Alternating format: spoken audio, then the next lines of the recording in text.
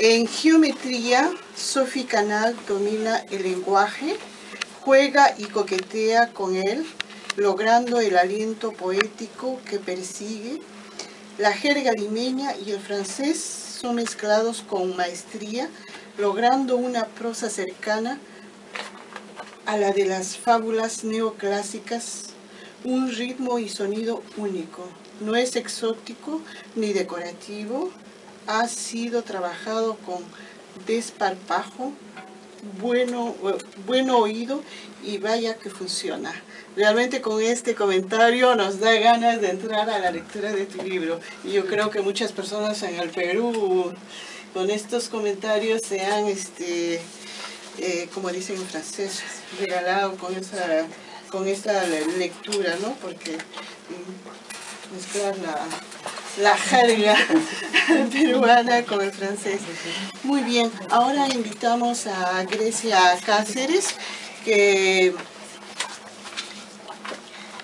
Quisiera hacer una pequeña pregunta, si hay personas que no hablan español o todo el mundo habla español en la asistencia.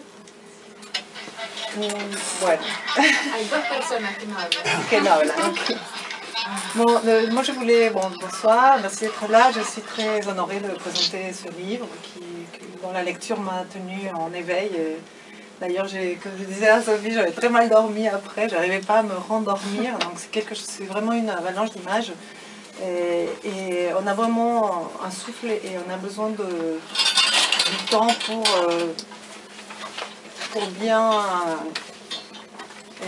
rêver ce livre. Moi, je fais ma présentation en français.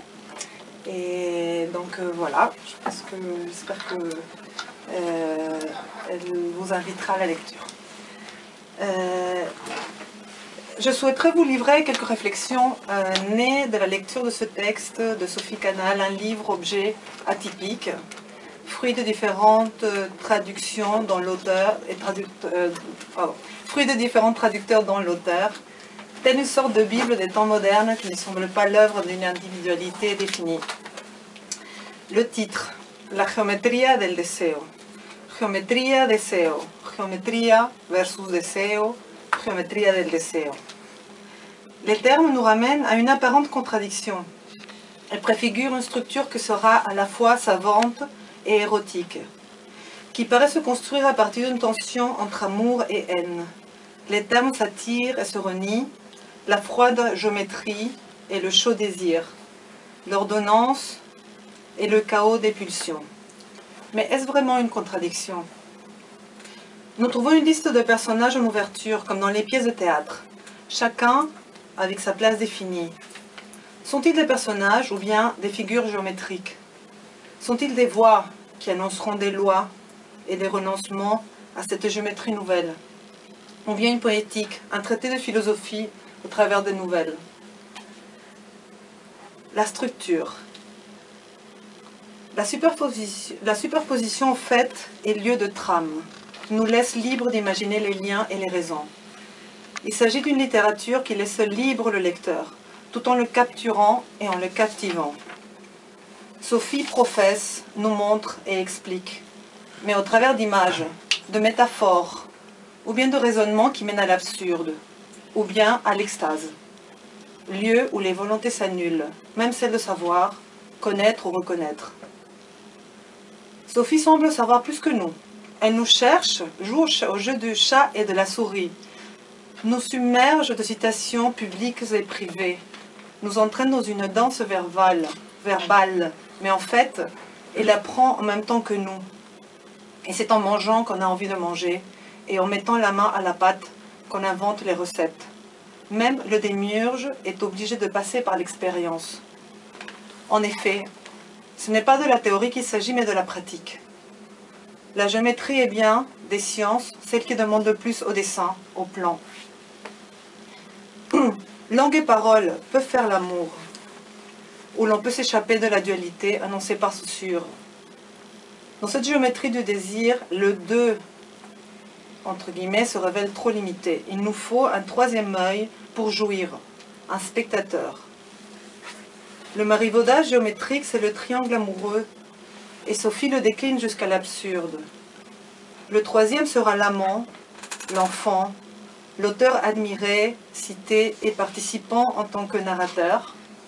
Vous découvrez Cortázar.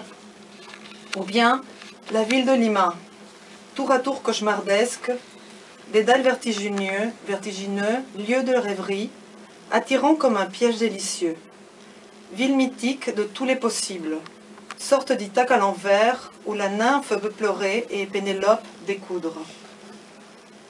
L'étrangère, blonde comme les blés, illumine le ciel gris de Lima et nous invite à nous regarder, nous Péruviens, dans un drôle de miroir.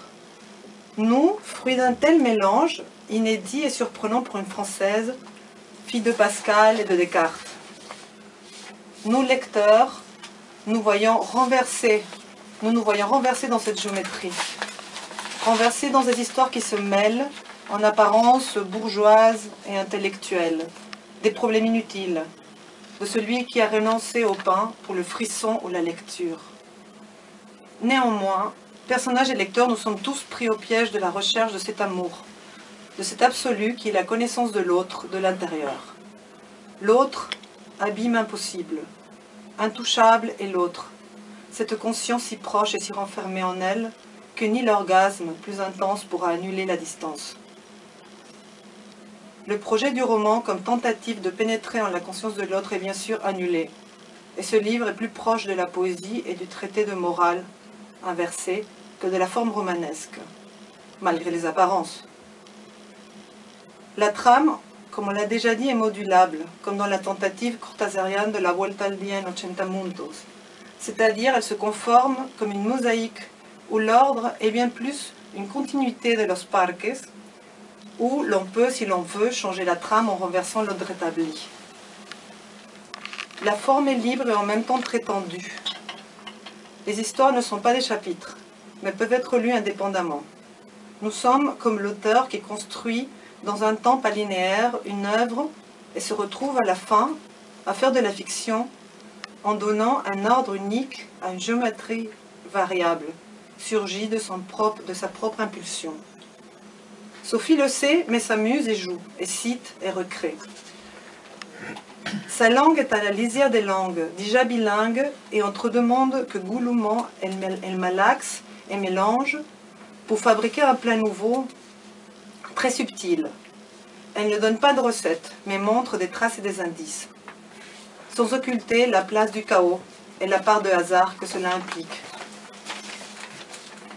Sensuelle et à la fois savamment ingénue, comme ces jeunes filles qui, en leur regard, semblent déjà savoir tout de la vie et de la mort. Serait-ce une sorcière? Peut-être. Elle le dit elle-même. Le désir s'applique à tout, sujet et objet. C'est une forme de goûter le monde et de le sous-peser, plus sûrement que de l'achever en le mesurant. Sophie, en fait, se moque et de la science et de la littérature, en tant que monument. Elle expérimente et confronte, et les aventures mentales de ces personnages, figures, nous semblent s'incarner, mais il n'en est guère. Pas d'incarnation possible pour elle, puisque leur existence dépend que de ce regard extérieur intransigeant qui les délimite et les titille. Tout est de l'ordre du rêve. Dans le rêve, la volonté d'aimer reste en désir, et le désir est une construction mentale qui nous prédispose, qui invite les papilles à déguster, mais est-ce que le morceau sera de choix? L'acte se dérobe de peur de la déception. On ne fait qu'attendre, comme Sophie le dit en maudissant Pénélope. Le plaisir ne répond pas au voyage du désir, et la géométrie n'ordonne plus rien. Nous préférons rester admirer le ballet des ombres qui se frôle si savamment, tout en sachant que la rencontre est impossible. Reste le rêve, l'errance dans une ville toujours réinventée. Caresser le dos d'un chat en jouant avec le regard de l'attirance qui brûle comme une étincelle. Une bougie sans mèche, posée sur la table basse. Le bonheur conjugal qui se rapproche des plaisirs de l'esprit, tandis que l'interdit est la porte de la chambre qui se renferme sur les amants, dans un silence qui ressemble à celui du début du monde. Tout est dit. La géométrie du désir est une est impossible. Une voie sans issue et un très beau livre à parcourir comme un souvenir prêté. Une ville inconnue mais rêvée, le compte à rebours de tout le savoir occidental, accumulé, qui vole en éclats, bruyamment, élégamment, confronté à un monde inouï, inédit, qui ne se plie pas et vit dans le mélange. Comme ce plat préparé par le démiurge, faussement ordonnancé, fruit d'aucune recette. Improvisé, mais impossible sans les ingrédients, eux, issus d'une création immense et merveilleuse. La nature existe-t-elle? Merci à Sophie pour nous laisser y goûter. Surtout à nous Péruviens, si distraits parfois, si oublieux. Avant de finir, je voulais lire un extrait qui est une des plus belles choses que j'ai pu lire sur ce qu'est le Pérou, toujours si indéfinissable. C'est pas long.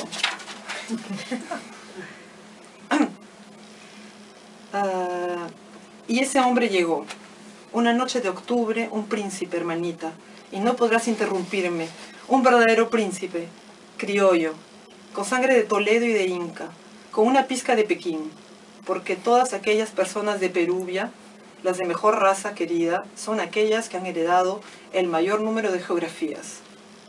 Pekín en el rabillo de los ojos, con esa manera de mirar dentro de ti, como si tuviese dos pares de ojos, ¿ves? Y luego con cuello de Inca, porque eso te hace despegar. Geografía minuciosa del deseo, que nace en la raíz de los cabellos, como los Andes a la altura aproximada de Chosica, el lugar preciso, imposible de localizar, donde la meseta se vuelve montaña o la montaña meseta. Nunca se sabe. Gracias. Gracias, Sofía. No sé, antes de leer, qué emoción de haber llegado hasta acá después de tantos años de trabajo no oficial, ¿no? No nos han pagado para vivir lo que hemos vivido, pero hemos hecho un trabajo estupendo, ¿no? Bueno, Geometría del Deseo tiene méritos propios que, como las bacterias o las intenciones, no son observables a simple vista. Durante la primera década del presente siglo, Sophie Canal tuvo que lidiar con una serie de amigos de medianoche y de medio turno que nunca la tomaron en serio. Se ensañaron con ella, le hicieron callejón oscuro, la agarraron de punto, porque mascullaba castellano, porque no había publicado antes de los 30, porque era desapegada hacia la disciplina y la constancia de la escritura, y así se mofaron de esa gringa cortasariana que, sin embargo, 10 años después, había de tejer una mortaja de 14 cuentos para embalsamarlos a todos. El mérito, su mérito, está en haber recorrido un largo camino de carbones ardientes, buscando esa voz, su voz, que he tenido el placer y el honor de traducir, como un hilo de Ariadna para escapar del laberinto de la mezquindad y, añado, de sus propios remilgos a la hora de publicar. A Sophie, en cierto modo, le tenían miedo o envidia, porque venía con un rollo. Me explico. En su caso, antes de la literatura siempre hubo una preocupación crítica y ética hacia el arte y la vida, que posteriormente no solo cuajó en sus 2 novelas inéditas y en sus cuentos, sino que cuajaba diariamente en su aprehensión de la amistad, de la bondad, de la creatividad e incluso en las compras de supermercado. Las cosas se hicieron en ese orden y no al revés. Sophie tenía eso, magia y método, pero no pretendía desarrollar una técnica narrativa, ni menos una escuela, sino un protocolo de aproximación a las paradojas del deseo, de la subjetividad y del azar, cuyas hipótesis y resultados iba apuntando y apunta en pequeños cuadernos que representan la verdadera cantera de Geometría del Deseo. Ese material, disparatado y valiente, era vanguardista por naturaleza, mientras que los demás, los detractores, los amigos de medianoche y de medio turno, buscaban furiosamente una bella maniera para hacer su aparatosa entrada en el boom editorial peruano. La excelente acogida de Geometría del Deseo, y no me hagas reír, la excelente acogida de Geometría del Deseo prueba la autenticidad de ese compromiso, en amont, que podría convertirla en la primera deseóloga del siglo XXI. Su relación ante el enigma de nuestra presencia en el Perú, ante ese habernos conocido a destiempo, era lúdica, desaprensiva, curiosamente optimista ante lo que podía deparar un altercado, una sonata o unas vacaciones en el centro de Lima. Fueron tiempos propicios para... con Stephanie. Dicho sea de paso. Fueron tiempos propicios para una segunda y fructífera adolescencia, la suya. Tiempos para una épica personal, como lo prueba el cuento Pulcritud y los círculos, en los que nada, repito, nada, era imposible para esta saltimbanqui profesional que mandaba besos volados a los guardias de Palacio de Gobierno desde un Fort Victoria en 1951, o que se prestaba a recitales de Rimbaud sobre los guijarros de la Costa Verde, o que cultivaba plantas carnívoras y criaba axolots a la espera de una germinación espontánea de Julio Cortázar en su lavandería. De esto, de esa entrega a la locura, de esa locura seria, puedo dar fe. Sophie Canal escribía en francés, a espaldas de la ciudad, al final de una comida, antes o después del amor. Su labor era extraoficial e inquietante, porque escribía en la lengua escéptica de Montaigne o de Soupeau, es decir, sospechando tanto de los dogmas como de las tazas de café sobre su escritorio. En ese sentido, su aproximación de lo real nunca fue la del contrapicado realista, sino la del soslayo, la de la oblicuidad. Esta primera coordenada, geométrica si se quiere, determinó la amplitud y la naturaleza de un punto de vista que no es sino el de lo incierto.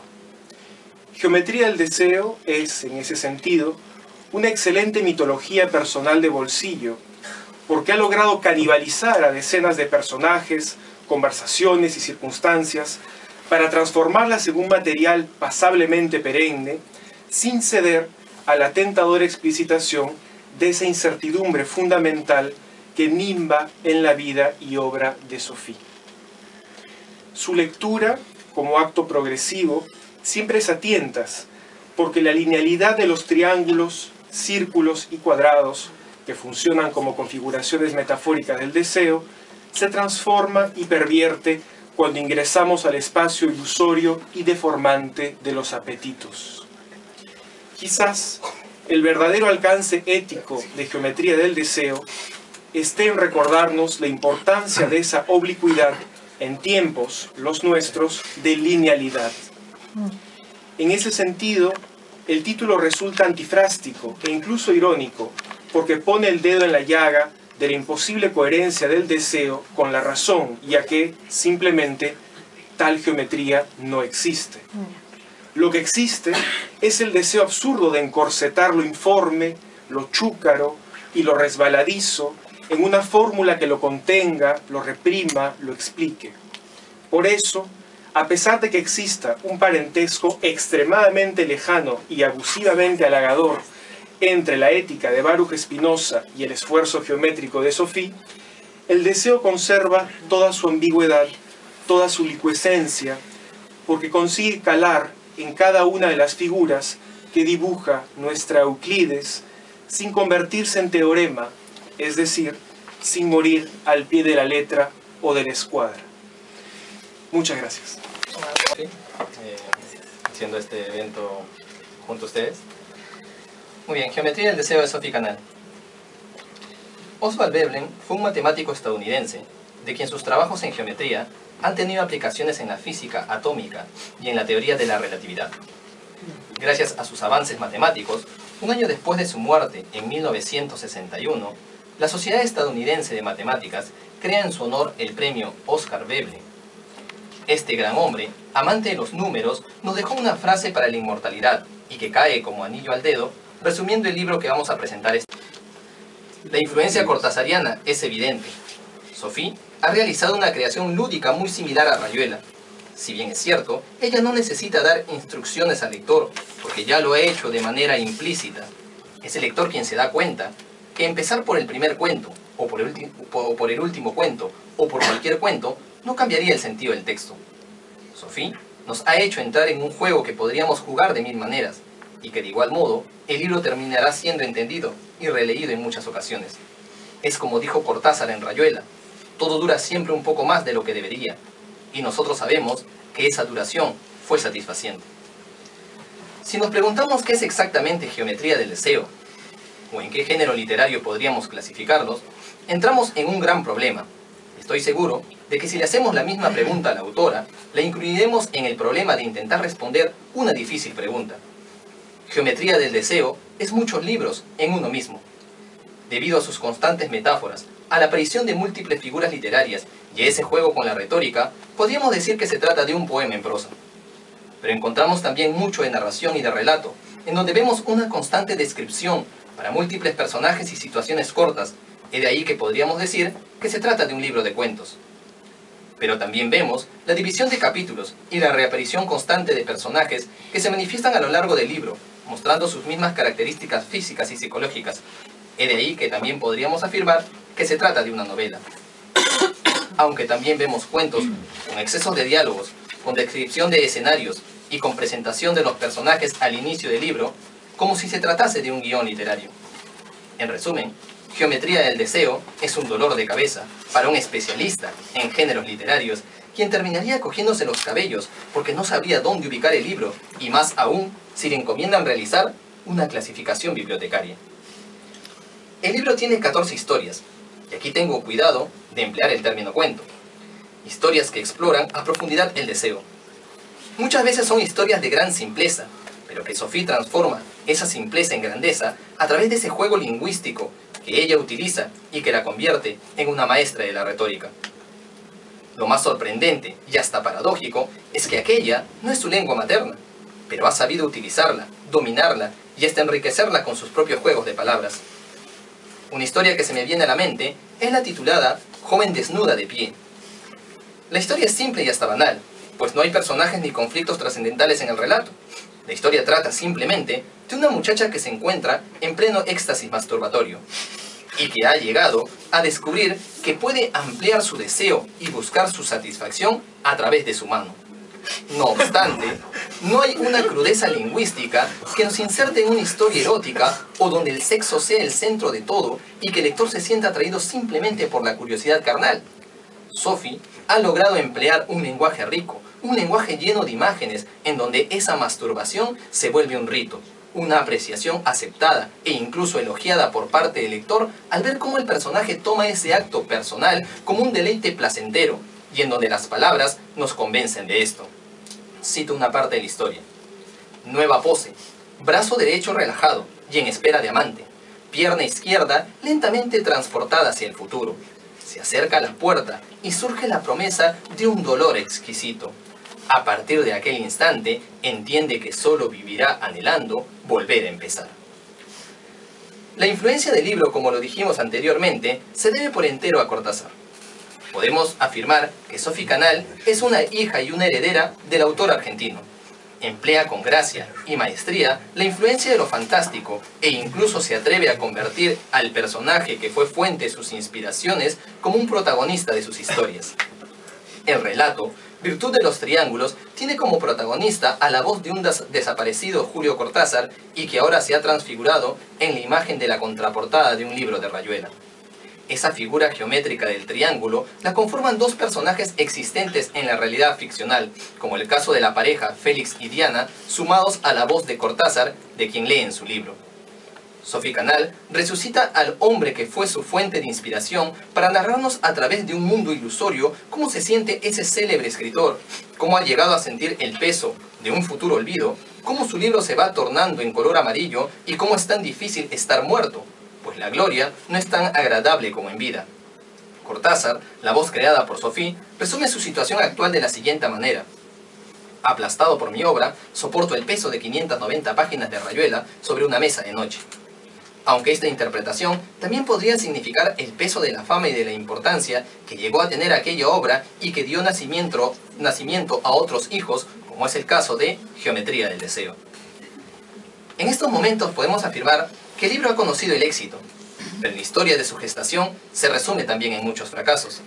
La historia del rechazo de grandes libros es conocida ampliamente. Si no, recordemos cómo Carlos Barral se atrevió a rechazar 100 años de soledad, o cómo André Gide censuró En busca del tiempo perdido, o incluso cómo los editores no estuvieron de acuerdo con la publicación de Lolita de Vladimir Nabokov.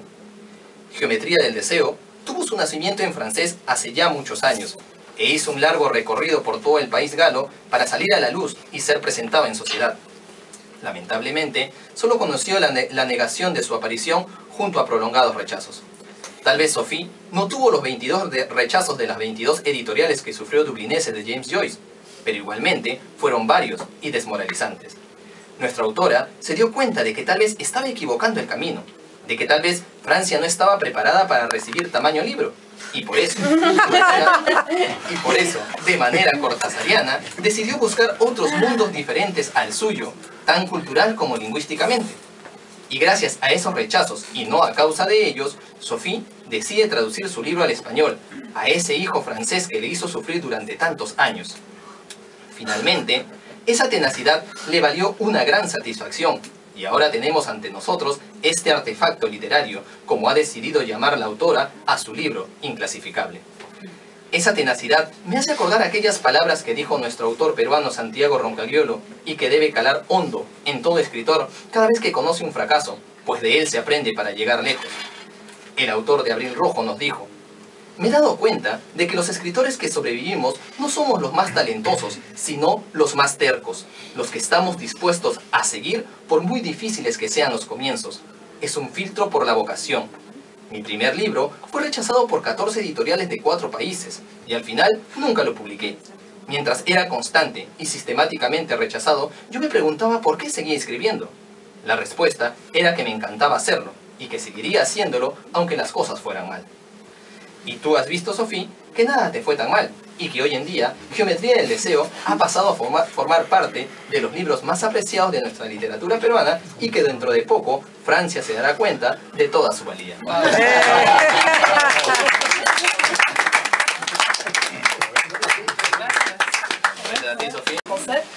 Et après tout ce qui a été dit merveilleux sur mon livre, je vais essayer de dire 2-3 mots. Enfin, j'avais préparé un texte en fait en espagnol que j'ai traduit en français, donc c'est encore l'histoire c'est l'inverse du livre que j'ai écrit en français qu'on a traduit en espagnol.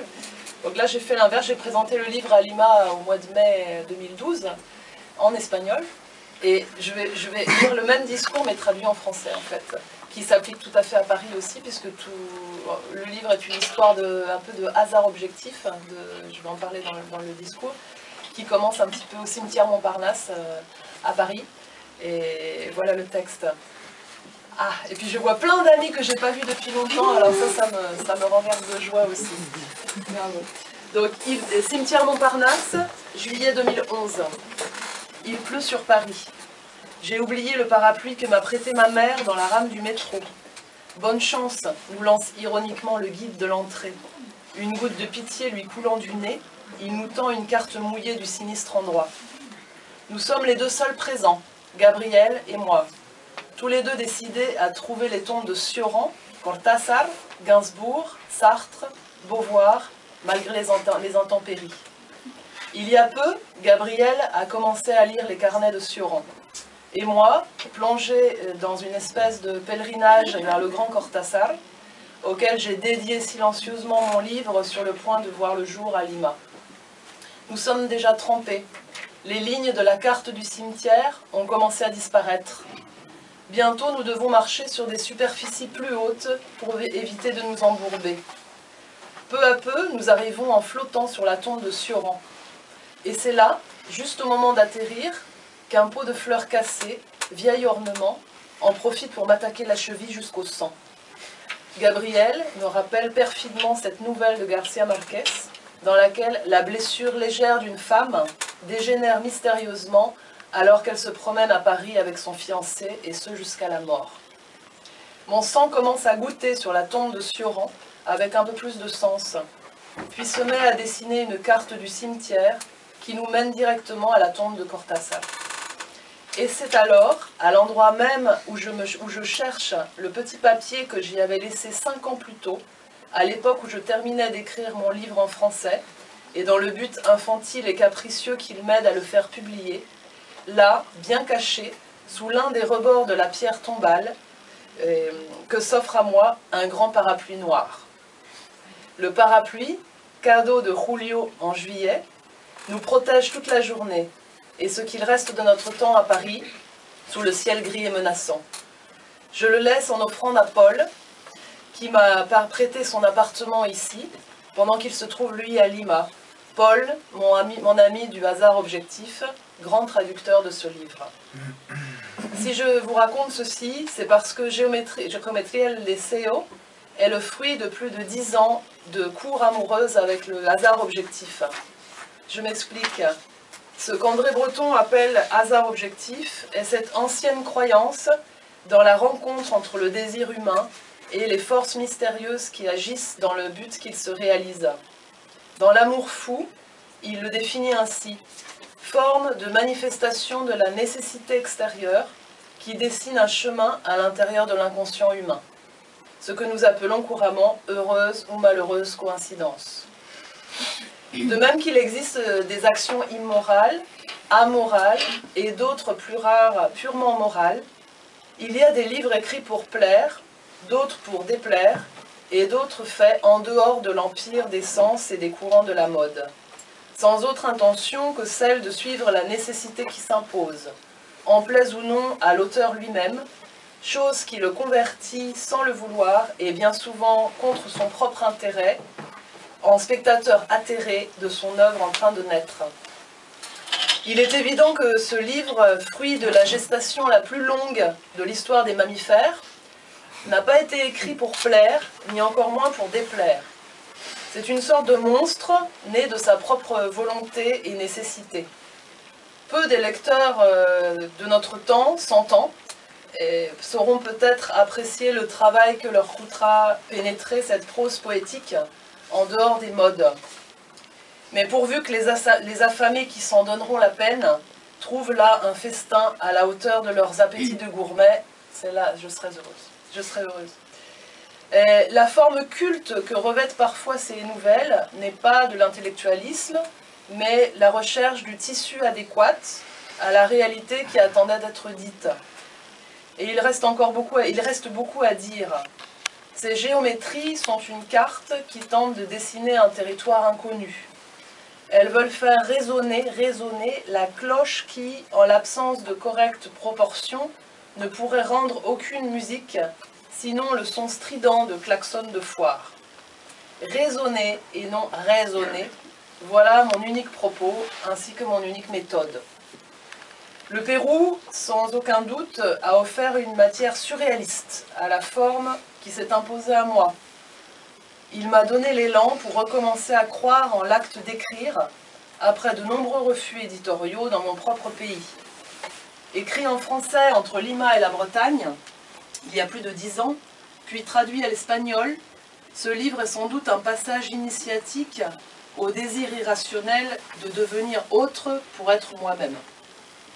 Car c'est étrangement dans la langue de l'autre, celle de mon pays d'accueil, le Pérou, que le texte trouve aujourd'hui sa propre voix. Et j'ai entendu de tout. C'est un livre bizarre. Dixit ma sœur, puis ma mère. Quel dommage qu'il ne soit pas écrit en français, on n'y comprend rien. Il demande beaucoup trop d'efforts, c'est un pur jeu d'esthète. Pourquoi faire si compliqué si on pouvait faire si simple? Ces critiques, je les reçois heureuses. Car là, sans s'en rendre compte, se profile une définition de l'art qui me plaît. Et je m'en remets à la réponse que fit Picasso à une femme qui prétendait que son fils de 5 ans peignait mieux que lui. Moi, madame, à 5 ans, je peignais comme Rembrandt. Cela devient donc un devoir pour moi de résumer le livre comme si nous avions tous 5 ans. Cela donnerait quelque chose comme cela. Le désir définit l'homme. Nous sommes pur désir, mais le chemin du désir n'est jamais linéaire. Au cours d'une vie, il prend la tangente, esquisse des triangles, se perd en des cercles vicieux, parfois vertueux. 14 histoires pour explorer 14 formes géométriques du désir. Et l'on apprend beaucoup plus sur les lions en se transformant en lion qu'en voyant un documentaire ou en lisant un essai sur les lions. Première nouvelle, Au commencement le poulet, ça s'appelle, enfin j'ai traduit en français. Histoire de la création du monde, du point de vue d'un dieu, essayant de cuisiner le chaos originel. Point final. 2 jeunes filles nues debout, on en a lu un extrait tout à l'heure. Que se passe-t-il dans la tête d'une jeune fille découvrant le plaisir de la première masturbation face à la fausse symétrie d'un miroir? Troisième nouvelle, 8h27, les fenêtres. 2 adolescents appartenant à des espaces différents et à un même temps vivent en parallèle un désir si semblable qu'ils parviennent à se retrouver dans une 3e dimension. Quatrièmement, comment trouver des bougies qui soient des cendriers grâce au désir de ceux qui les utilisent. 5e nouvelle, quand l'exhibitionnisme punit le désir de la sœur d'une femme. Et 6e, le triangle amoureux peut-il être vertueux? 7e nouvelle, comment le désir de sortir d'une prison amoureuse peut se convertir en voyage initiatique à travers les parcs de Lima et prendre la forme d'une spirale. 8e, élève 4 chats et ils te crèveront les 2 yeux. 9e nouvelle, faire l'amour versus faire le sexe. 10e nouvelle, instruction pour survivre à l'abandon par lettres et numéros. 11e nouvelle, qu'en est-il du triangle amoureux quand il se dirige pointe vers le bas? 12e, quand le désir découvre la beauté des cercles dans une ambiance médiévale. 13e, quand le désir de mourir d'un vieil homme s'affronte à son ange gardien à l'intérieur d'un carré. 14e, quelle forme dessinerait le désir animal? Écoutons ici ce que nous enseignent les singes. Ça s'appelle... non. Vision erotica de un mono. Finalement, je voudrais remercier les aides magiques qui ont permis l'existence de ce livre. Sans elles, il aurait terminé comme les autres, couvert de poussière dans l'un des tiroirs de mon bureau. Cécile Hetz, qui n'est pas présente, la fille, la sœur, la compagnonne de tant d'années de recherche, ayant donné sans le savoir l'élan et la matière aux préliminaires de la géométrie. Merci pour être si délicieusement différente de moi. Paul Baudry, ici présent, le parrain, le frère, l'âme jumelle, jeune et vieux Paul. Traduire mes chants à l'espagnol a consisté sans nul doute à les écrire une seconde fois. Nouvel acte de création, sans quoi rien ne résonnerait dans ce livre. Je me rappellerai toujours de ces 3 semaines d'hiver, enfermé dans une maison de Bretagne pour finir ce travail de titan. César Gutiérrez, le cerbère de Skype, c'est l'auteur de Bombardero, écrivain péruvien, qui a présenté mon livre. Il était à Paris, j'étais à Lima, il a présenté le livre depuis Paris par Skype. Ouais. Le bombardier virtuel, je l'appelle parce qu'il a écrit un livre qui s'appelle Bombardero. Le passe-monde, sans révision plus tard, m'aidant à apprécier ma situation bipolaire de française au Pérou, confort d'avoir toujours un lieu où se cacher quand soudain l'un des 2 côtés menace. L'intranquillité de l'écrivain, voyageur intempestif entre les mondes d'Apollon et de Dionysos. Merci mon frère pour avoir fait de moi ce funambule en danger constant de perdre l'équilibre. Andrea Cabell, c'est une poète péruvienne qui a présenté mon livre au Pérou également. La marraine du hasard objectif, celle qui, en touchant ce texte d'un seul coup de téléphone magique, le jour de mes noces, elle était présente, elle a pris un téléphone, elle a appelé mon éditeur et il a dit oui, je le publie, le jour de mon mariage. Le fil livre ce manuscrit. Tu as été la fidèle suivante de tout le processus de métamorphose. Tu es la force poétique sauvage qui toujours m'oblige à me souvenir qu'il ne sert à rien d'écrire si ce n'est pour chercher le vrai. Julio Ortega, grand universitaire, critique littéraire pour ceux qui ne connaissent pas, pour avoir pris le temps de lire mon manuscrit dans les airs entre le Pérou et le Chili, et pris le temps de m'écrire une lettre si enthousiaste qui a permis aussi la publication de ce livre. Los voladores, voladores editores, que sont mes éditeurs en el Pérou, mes éditeurs, pour avoir fait que ce texte suscite l'émotion, sans le rictus sur les lèvres de ceux qui trouveront toujours en lui une voix décalée, à l'image de cet accent que jamais je ne perdrai. Gabriel, ici présent, mon mari, le grand complice, l'époux, le roi de la fin de ce livre, celui qui fit de moi une véritable reine. Hector, mon fils, ah là je vais pleurer, le fils de chair, d'os et d'âme, qui m'a enseigné à donner la vie bien plus profondément qu'à faire un livre.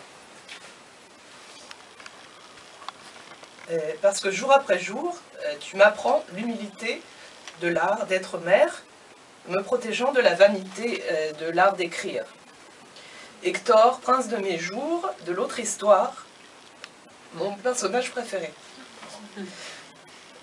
Et pour finir, excusez-moi, je voudrais rendre hommage à tous les gens présents ici, à ceux qui ont rendu possible cette présentation, Lénine Solano, Grecia Cáceres, et mon ami Paul Baudry, et tous les gens qui m'ont soutenu pour l'association Lupuna, que je ne connaissais pas, et tous les amis autour du monde qui sont là aujourd'hui réunis, que je n'ai parfois pas vus depuis 5 ans, 6 ans même plus. Je vois quelqu'un de La Paz, il y a des gens de La Paz, il y a des gens de New York, il y a des gens de Lima, il y a des gens, beaucoup d'ex-élèves à moi du lycée franco-péruvien, que je remercie chaleureusement d'être là, et pour avoir fait de cette soirée quelque chose d'international. Merci beaucoup.